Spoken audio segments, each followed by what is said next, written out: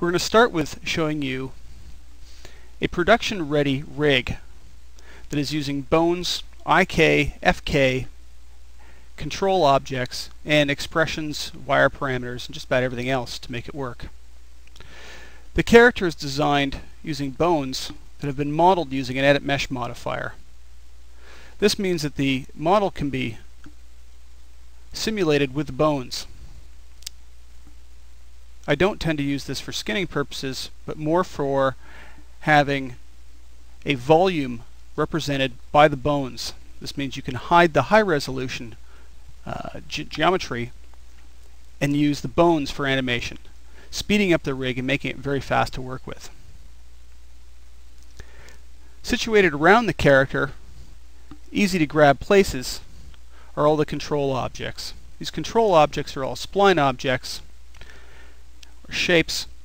This is how I like to work, because just changing to shapes filter means that all you can grab in the character are the control objects.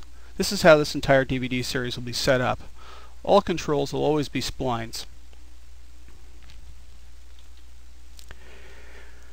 First chapter is going to be dealing with the spinal column. This is basically broken into the lower spine, which is the hip area, the upper spine, which is from the waist up to the neck, and the neck and head section. I tend to think of them as very separate entities for animation purposes. The reason for this is posing.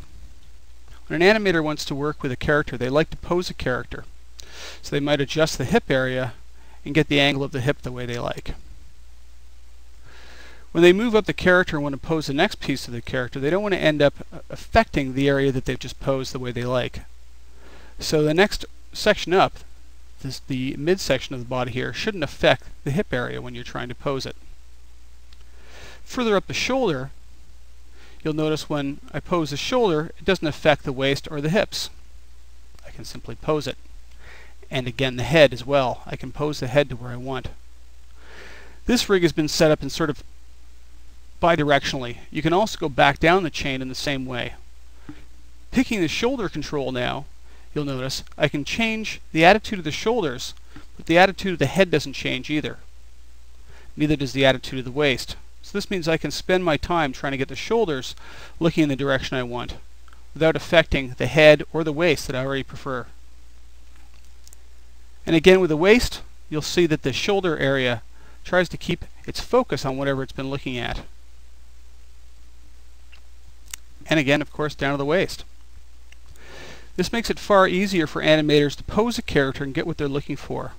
Spend more of their time working on timing issues than trying to fight a rig that's been put together that every time you change one part of it, it changes another part. When we move on to the ogre, we're going to be using the same type of setup that was used in this character. The character we'll be using for this whole series of DVDs will be an ogre character that I created specifically for this. I designed this character to have a few problems in mind. One, obviously muscle structure. Two, the size and the bulk of the character. And three, just his overall stance. He's a big ogre, his knees are spread out, his legs are spread out. For this chapter we're just going to be dealing with the spinal column. And as you saw earlier, we're going to be working with an FK system that will have actually a twist-off method to it. First, a couple of discussions about character setup in Max. One of the things you need to remember is that you should always do all your rigging and skinning below mesh smooth. Essentially all the skinning should happen below it, so we don't even need mesh smooth on. For one, it's going to slow down the interface drastically. Size of character matters a lot. You should never ever scale a rig in any way, shape or form, even in a uniform fashion.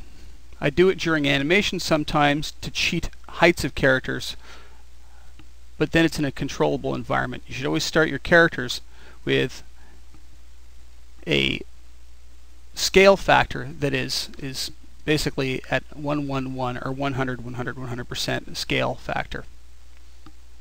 Using the reset X form utility is the best way to make sure that